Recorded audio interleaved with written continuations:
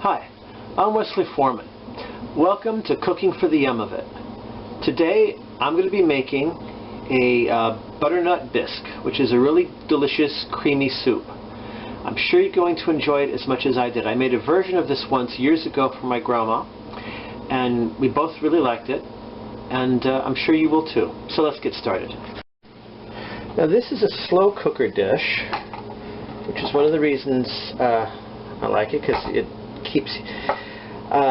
helps keep time free so you can get other stuff done during the day. Now the first thing we have to do is we take about a 2-pound butternut squash, and we've got to peel this. Now the easiest way to peel a squash is to first cut off both ends, like so that it will sit flat on your cutting board. Now, next thing you want to do is, sorry, I got a little ahead of myself there, is you want to cut it somewhere in the middle, right about here. This one doesn't have much of a bulb stem separation, but that doesn't matter. Now, next we're going to take a standard vegetable peeler, and we're just going to peel away the skin.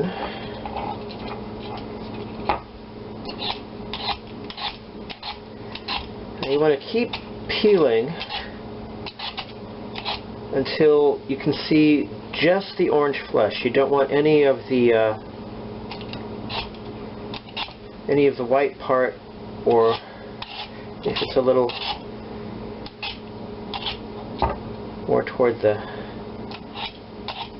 less fresh, it might be a little bit more green, so I mean not fresh, ripe. So you just want to keep doing that until you just get down to the orange flesh of your butternut squash.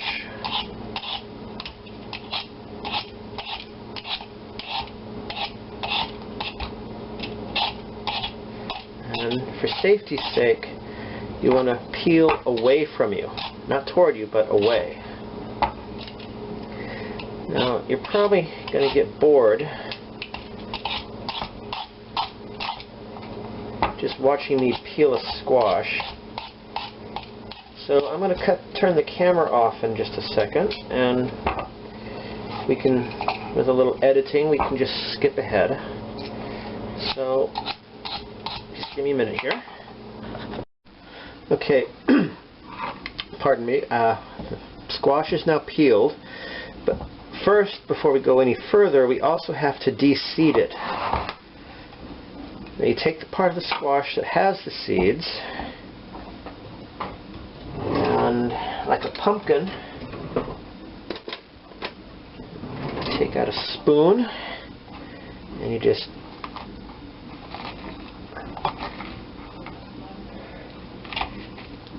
scrape out all the guts here.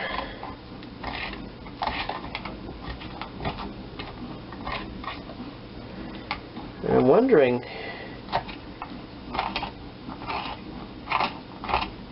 if, like pumpkin seeds, if I were to dry roast the squash seeds in my oven, if they're edible like the pumpkin seeds are. It might be something interesting to find out later. I'm not going to do that now.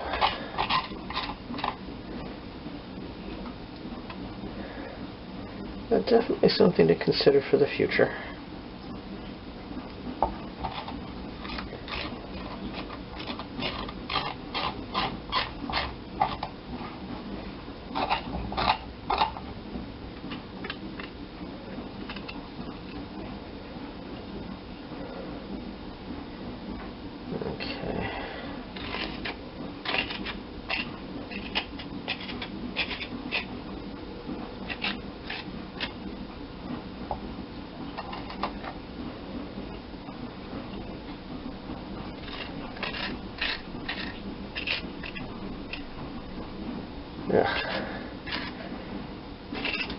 Some of those parts of this, they just don't want to come out. But we're going to show the squash who's boss.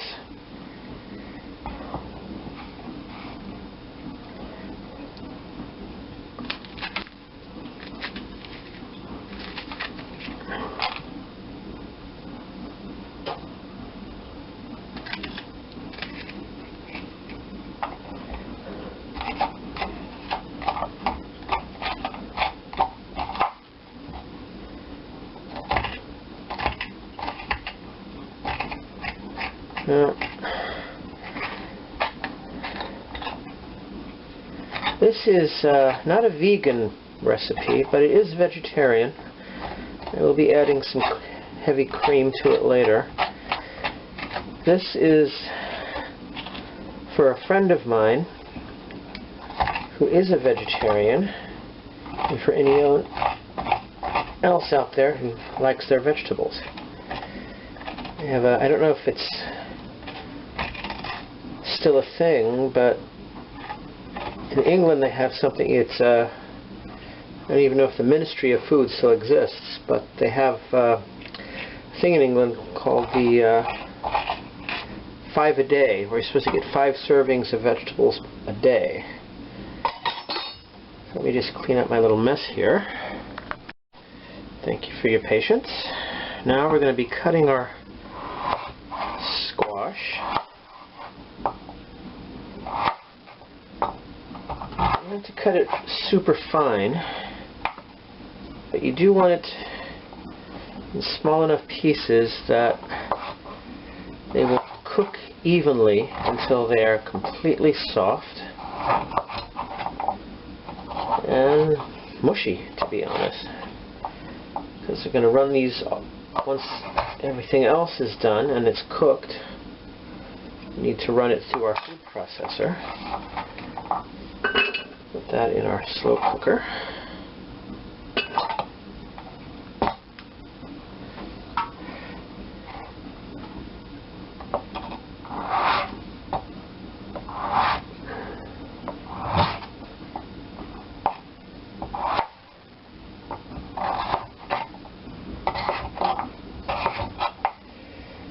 When I was researching this, I came across an interesting recipe for roasted butternut squash, which is, I think I might try sometime. I don't know when, but eventually.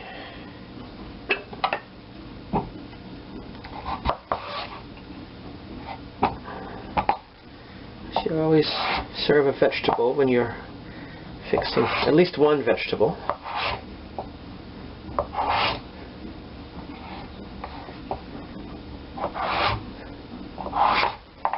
Oh, tipped over.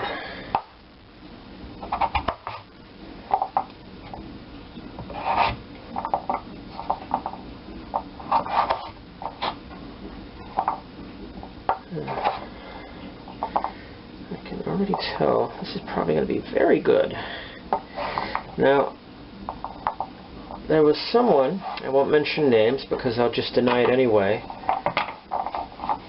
that asked me why I'm doing this since I am not a trained chef. I said, you don't have to be a trained chef to enjoy cooking. My cuisine may not be haute, but it definitely has flavor, and people enjoy eating it.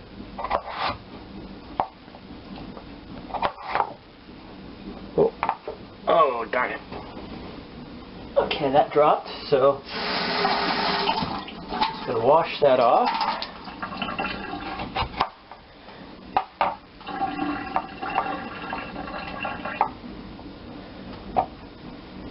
Because remember, you're the only one in the kitchen. Okay, this one doesn't want to cooperate, so we will adapt and improvise.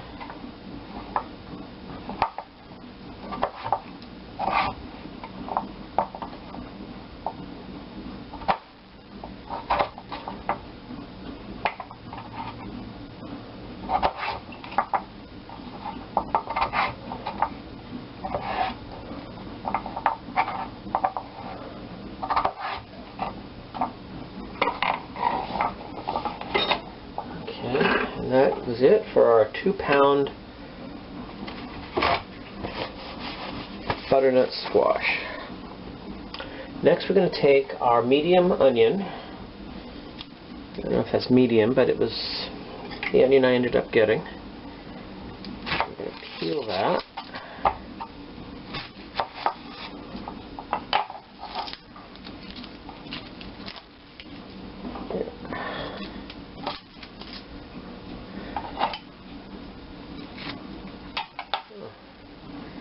This one I don't think I'll need to make that regular. Actually, I probably will.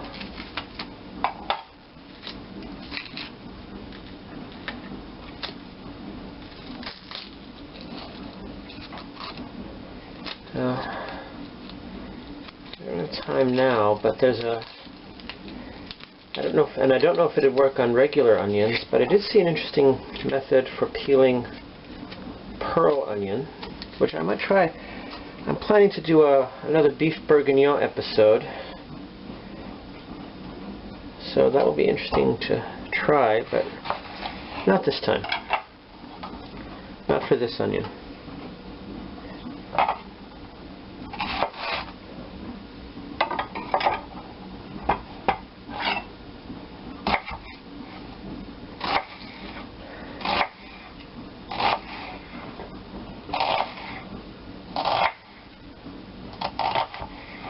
Again, it doesn't have to be cut super fine, but we want to slice the onion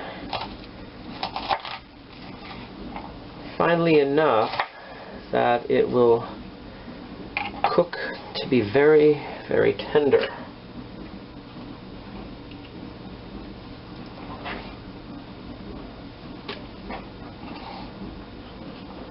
It's very important.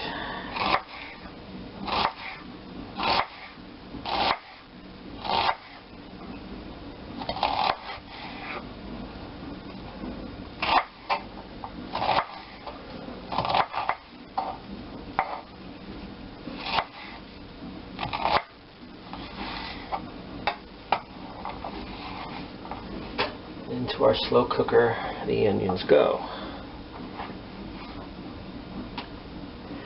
Okay, now after I wash off the onion juice from my hands,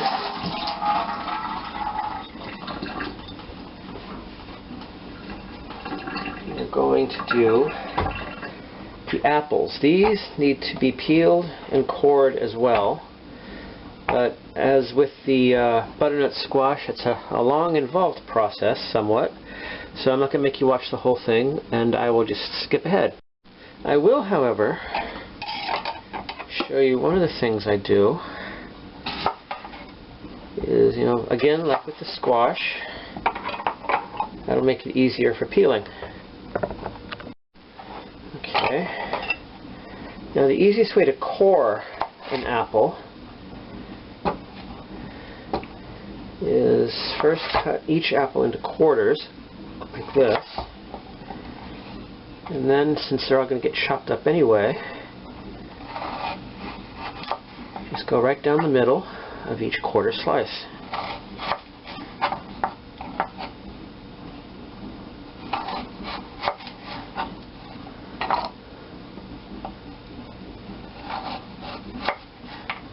There, one quart apple.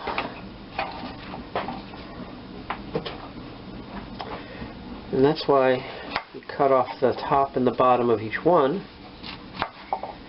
so that...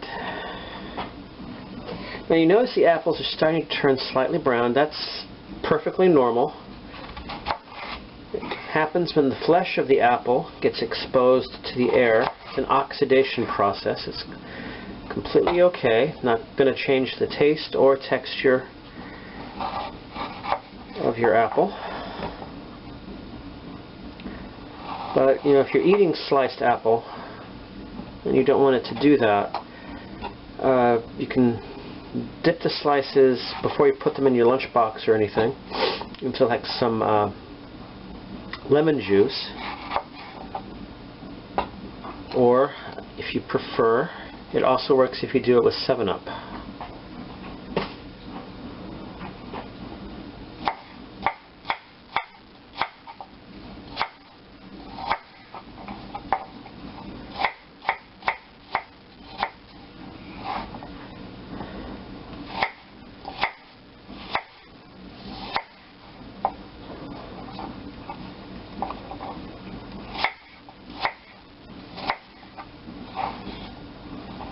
I usually use lemon juice.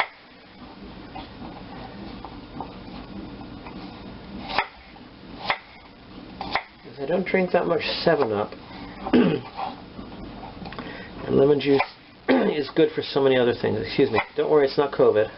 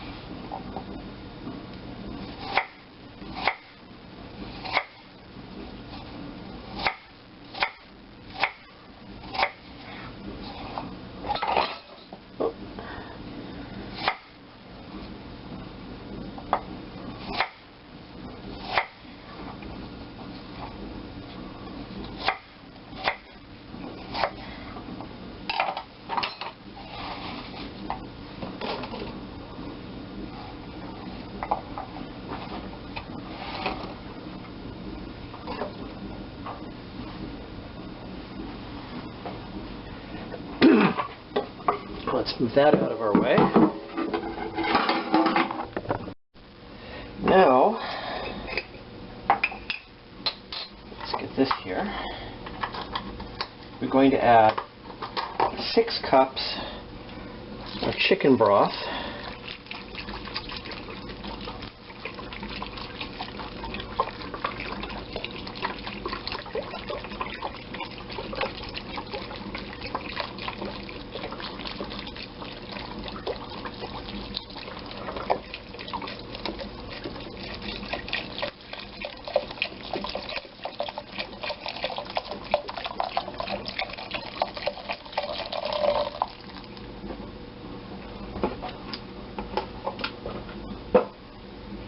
And 1 teaspoon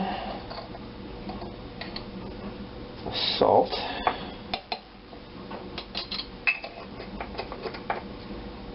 and 1/4 teaspoon, sorry about the noise my spoons are making, of black pepper. Lovely, lovely pepper. We take a spoon and we stir that up so that the salt and pepper gets blended in there. We add our cover. Now we're going to plug this baby in, pardon me.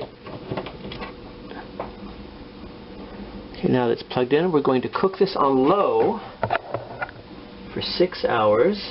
Manual temp start. Now, once it's cooked for 6 hours, well, we'll discuss the next step when we get to it.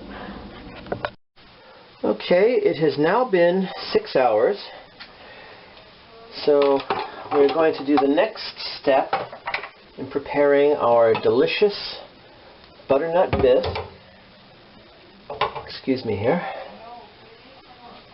That smells so good. Now, what we do now, let me make sure we're in the correct position here, is we are going to, we'll have to do this in batches. What we're going to do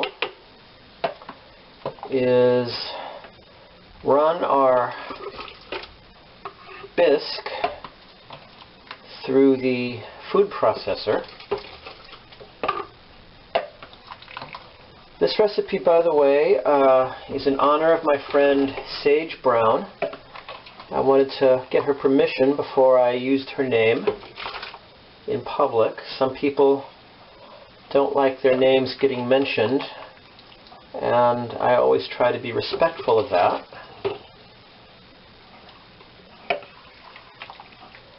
But anyway, as I say, we have to do this in batches because the food processor is not big enough, I think, for all of this to go in, all the solid pieces. Let's tip this here so I can get it, because most of the solids are... Then again, maybe it will be, who knows.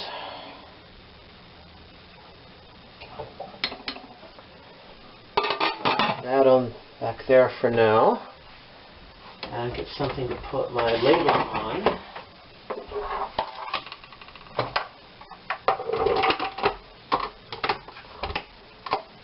Now we're going to puree this.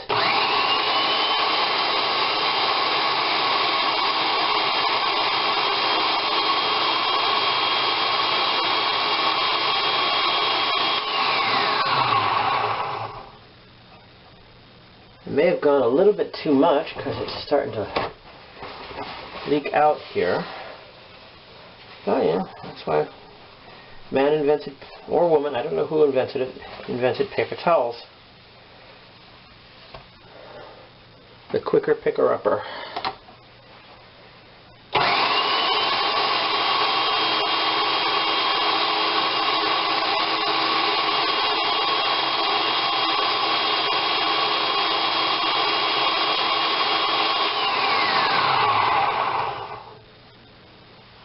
Okay.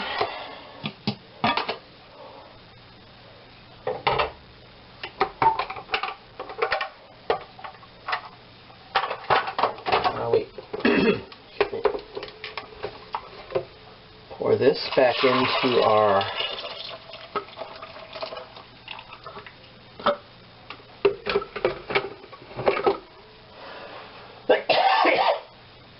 excuse me. I hope you're all 6 feet away from the computer screen. Social distancing and all. Bad joke, I know.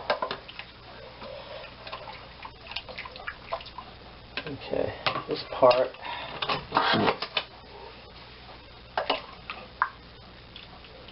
Use our slotted spoon to get the last of the solid parts out.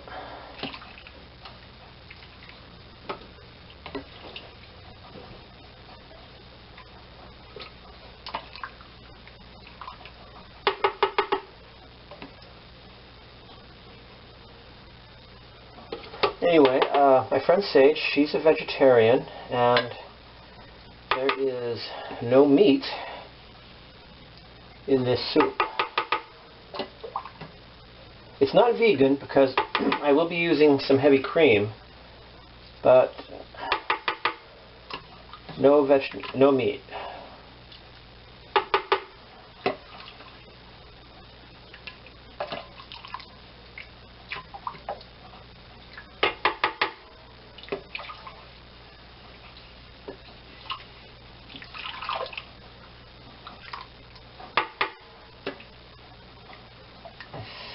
Oh no, there's some more.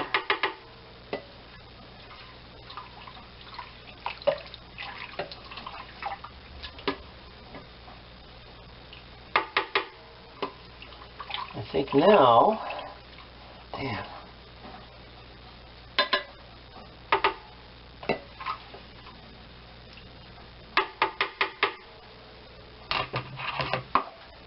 Okay, now we're going to take a little bit of the liquid to help puree the vegetables with.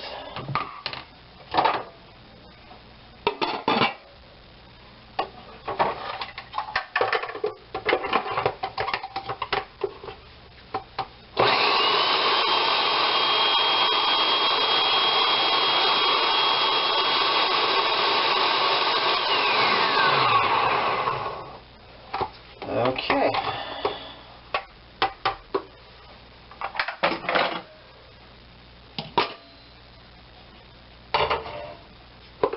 It smells so good. I wish you could all be here for this.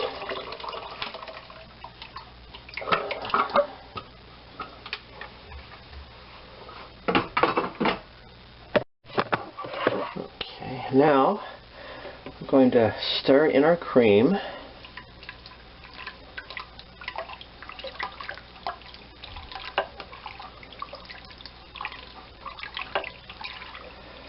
Now you notice I'm stirring it in rather slowly. That part is just something I do to make sure that it gets blended in there really well. It's not necessary, but I like to make sure it gets as thoroughly mixed in there as possible. Now need to open this up.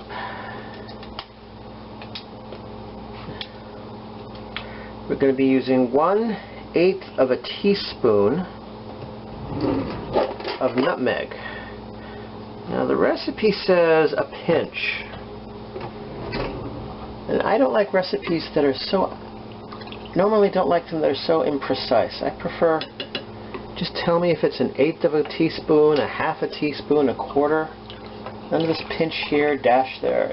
I prefer much more precise measurements. Okay. Now let me get my bowl.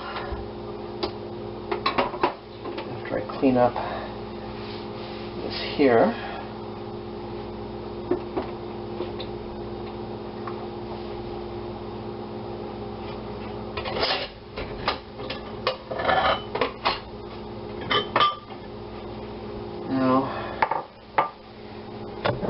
See this,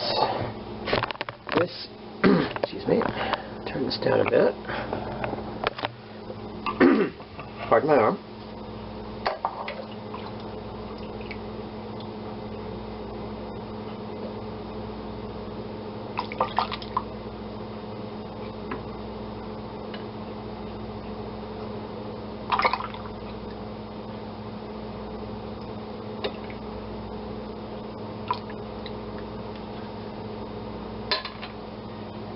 This part, you need a little extra cream just as a garnish.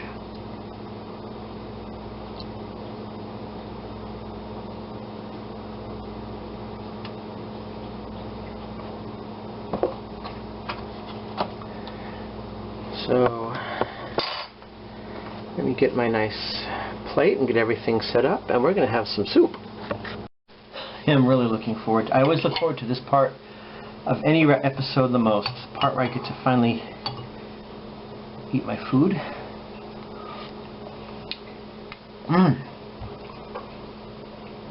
Oh my, that is, it's all creamy and buttery and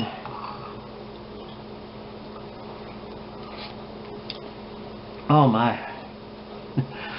If I do say so myself, this is excellent. I have a little bit of French bread with this, because it's a French dish.